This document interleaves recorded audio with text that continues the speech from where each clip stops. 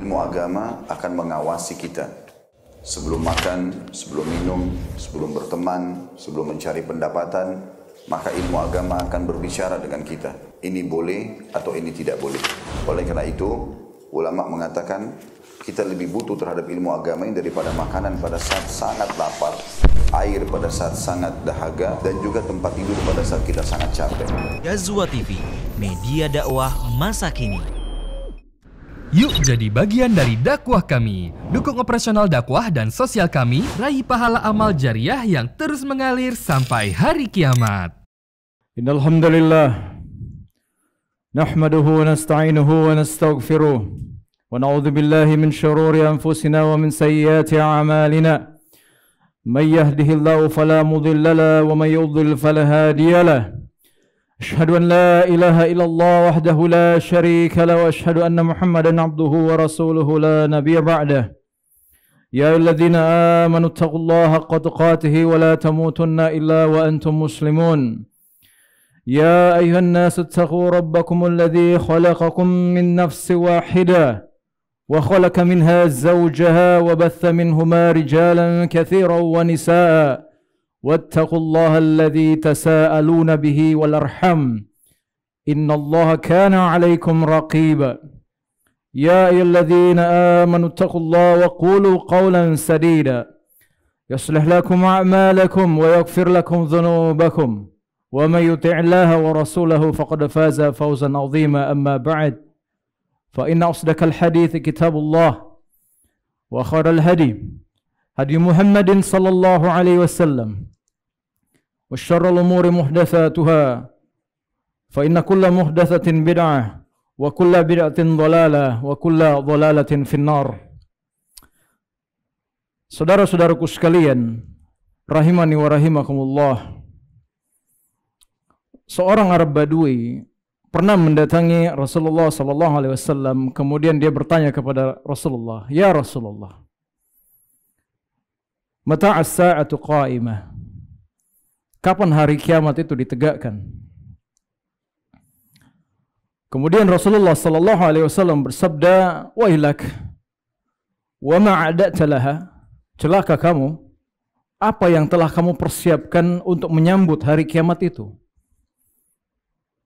Maka Arab Badui itu berkata, "Ma a'da'tu laha illa anni uhibbullah wa rasulah."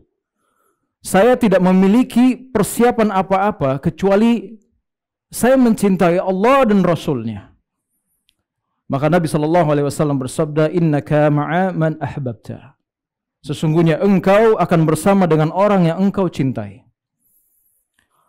Perhatikan saudara-saudaraku sekalian, bagaimana Arab Badui ini bertanya kepada Rasulullah tentang kapan ditegakkannya hari kiamat. Yang menariknya, Nabi SAW menjawab dengan sebuah pertanyaan yang lebih bermanfaat bagi orang Arab Badui ini.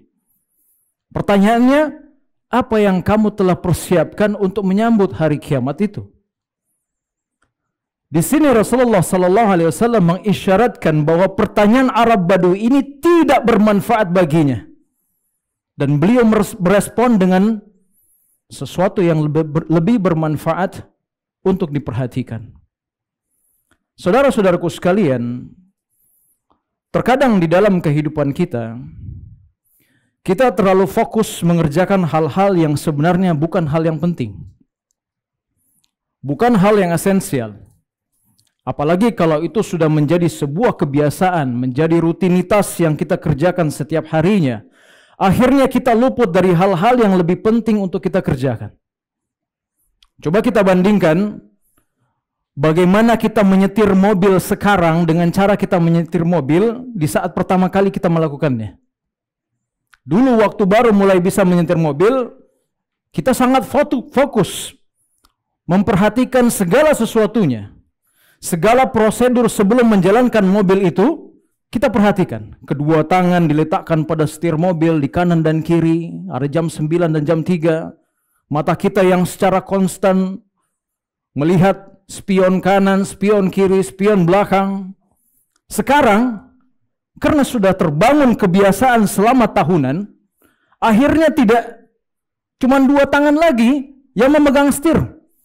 Cuma satu yang memegang setir, satunya pegang HP. bahkan mungkin WhatsAppan, atau bahkan main game sambil menyetir mobil. Kaca spion sudah tidak ditengok lagi. Bahkan fokus kita sudah bukan lagi melihat keadaan lalu lintas, malah pikiran kita yang sudah melayang kemana-mana. Padahal urgensi memperhatikan prosedur-prosedur menjalankan mobil itu seperti di saat kita memulai menyetir mobil, itu tidak pernah hilang. Tatkala sudah terbiasa, maka fokus kita sudah berpindah. Kita gagal fokus terhadap hal yang lebih penting dan yang lebih menyelamatkan. Maka analogi Arab Badui yang bertanya pada Rasulullah pada sesuatu yang tidak bermanfaat baginya, kemudian dijawab oleh Rasulullah SAW dengan pertanyaan jauh lebih penting, jauh lebih urgen, jauh lebih bermanfaat bagi Arab Badui itu. Ini pelajaran yang sangat berharga, saudara-saudaraku sekalian. Maka dalam forum sholat Jumat ini, saya ingin mengajak Anda semua untuk fokus terhadap hal yang lebih penting dan lebih bermanfaat bagi kita. Fokus pada esensi dari perbuatan kita sehari-hari. Fokus pada sebuah aspek yang lebih penting dari ibadah yang kita lakukan setiap hari. Coba perhatikan. Bagi Anda yang mungkin telah hidup minimal 30 tahun, Anda kurang lebih telah mengerjakan 36.500 kali sholat fardu sehari semalam. Telah membaca minimal 124.000 kali surah Al-Fatihah. Telah membaca minimal 110.000 kali istighfar. Bagaimana pula yang hidup lebih dari 30 tahun, lebih dari 40 tahun, lebih dari 50 tahun. Namun, semua itu hanyalah angka belaka. Yang Anda tidak ketahui, berapa persen dari bacaan-bacaan itu yang diterima oleh Allah Subhanahu wa Ta'ala. Yang Anda tidak ketahui adalah berapa banyak sholat Anda, bacaan Al-Fatihah Anda, bacaan istighfar Anda, bacaan Quran Anda, puasa Anda, umrah Anda, dan ibadah-ibadah lain Anda yang diterima oleh Allah Subhanahu wa Ta'ala. Kita terkadang terlalu fokus terhadap jumlah ibadah yang kita lakukan, tetapi kita lupa fokus bagaimana pada setiap ibadah yang kita lakukan, setiap bacaan yang kita ucapkan, setiap gerakannya, setiap perbuatannya, setiap sedekah yang kita infakkan, semuanya diterima oleh Allah Subhanahu wa Ta'ala. Perhatikan, saudara-saudaraku sekalian, Allah tidak melihat dari seberapa banyak ibadahmu. Allah tidak melihat seberapa banyak infakmu. Tapi Allah melihat seberapa bagusnya amalanmu. Seberapa baiknya amalanmu. Allah Subhanahu wa Ta'ala berfirman, Alladzi khalaqal mauta wal hayata liyabluwakum ayyukum ahsanu amala wa huwal azizul ghafur. Dan dialah Allah yang menciptakan kematian dan kehidupan untuk menguji kalian. Perhatikan baik-baik, siapa di antara kamu ahsanu amala, yang lebih baik amalannya.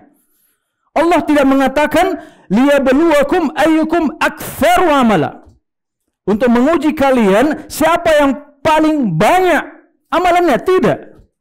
Tetapi Allah mengatakan dari ujian itu Allah ingin melihat siapa sih yang paling baik amalannya. Maka amalan yang baik di sini, saudara-saudaraku sekalian, didefinisikan oleh Allah Subhanahu wa Ta'ala dalam surah Al-Kahfi, "Faman kana yarju liqa'a rabbih falyamal 'amalan shalihan wa la yusyrik bi'ibadati rabbih ahada." Siapa yang menginginkan perjumpaan dengan Allah Subhanahu wa Ta'ala, dia masuk surga, maka hendaklah dia beramal saleh dan tidak mempersekutukan Allah dengan sesuatu apapun dalam ibadahnya. Maka dari syarat diterimanya ibadah, dia beramal saleh, yaitu amalan yang sesuai dengan tuntunan Nabi SAW, dan dia tidak berbuat syirik, yaitu dia harus ikhlas kepada Allah dalam mengerjakan ibadahnya. Bagi kita yang diberi hidayah sunnah untuk mengenal sunnah, mungkin kita tidak lagi melakukan perbuatan-perbuatan bid'ah dalam agama, dalam ibadah. Namun, belum tentu, perhatikan baik-baik, belum tentu kita mengerjakan amal ibadah kita dengan ikhlas.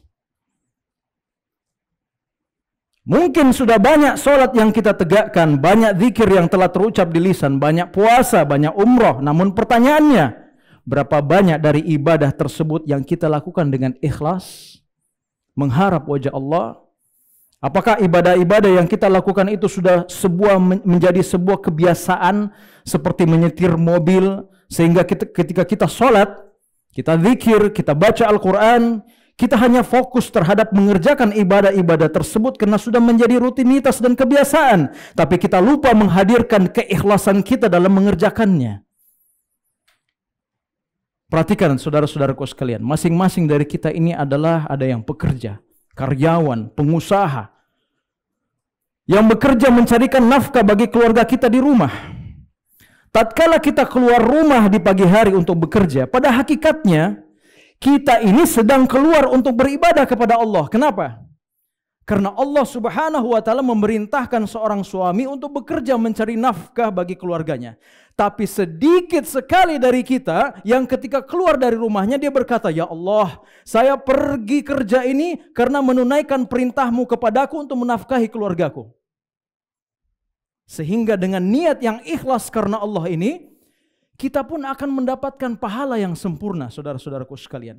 Dan ketika tidak kita minta-minta misalnya, kita mendapatkan musibah, kecelakaan dan mati, maka mati kita pun karena sedang mengerjakan ibadah.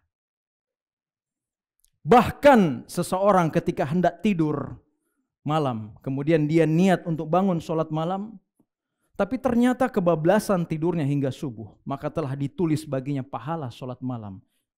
Nabi SAW bersabda, "Man ata firashahu wa huwa yanwi wa an yaquma yusalli minal lail, faghalabahu an-naum hatta yusbiha, kutiba lahu ma nawa, wa kana naumuhu sadaqatun min rabbih azza wa jalla." Barang siapa yang naik ke atas ranjangnya, tempat tidurnya, sedangkan dia telah berniat untuk bangun melakukan sholat di malam hari, tapi dia tertidur pulas sampai dengan subuh mendapatinya, maka ditulis baginya pahala apa yang dia niatkan. Maka saudara-saudaraku sekalian, mari luruskan niat kita mendatangi sholat Jumat ini. Selepas khutbah pertama ini, periksa kembali niat kita dalam mendatangi sholat Jumat ini. Apakah kita mengerjakannya karena sebuah kebiasaan dan tidak enak dilihat oleh orang-orang kalau kita tidak mendatanginya? Ataukah kita mengerjakannya ikhlas, mengharapkan wajah Allah Subhanahu wa Ta'ala? Aqulu qali hadza wa astaghfirullah li wa lakum wa lisairil mu'minina min kulli dzamb fastaghfiruhu innahu huwal ghafurur rahim. Alhamdulillah ala ihsani wa syukrullahu ala taufiqihi wa amtinani. Asyhadu an la ilaha illallah wahdahu la syarika lahu ta'ziman li sya'nihi wa asyhadu anna Muhammadan abduhu wa rasuluhu ad-da'i ila ridwani sallallahu alaihi wa ala alihi wa ashabihi wa ikhwanihi amma ba'd. Saudara-saudaraku sekalian, pertolongan Allah akan senantiasa datang disebabkan oleh keikhlasan. Nabi SAW pernah bersabda, "Innama yansurullahu hadhil ummata bidu'ifiha bida'watihim wa salatihim wa ikhlasihim." Allah akan menolong umat ini karena sebab orang miskin, orang-orang yang tidak berdaya, orang-orang yang tidak mampu.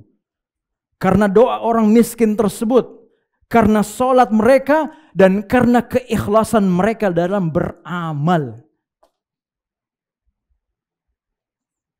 Ibnu Qayyim rahimahullah ta'ala pernah berkata dalam Al-Fawaid, beliau memberikan nasihat yang sangat indah tentang keikhlasan.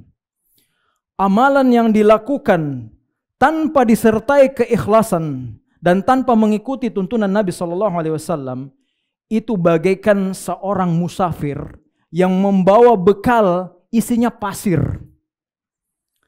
Bekal tersebut hanya memberatkan dia, namun tidak membawa manfaat apa-apa. Maka janganlah terlalu berbangga pada banyaknya amalan kita, tetapi fokuslah terhadap kualitasnya.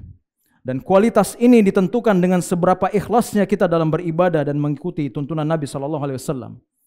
Semoga Allah menjaga keikhlasan kita semua dalam beribadah kepadanya, dan menjaga dan menjauhkan kita dari perbuatan-perbuatan kesyirikan hingga maut menjemput. Amin, amin ya rabbal alamin. Innallaha wal malaikatahu yusholluna 'alan nabi.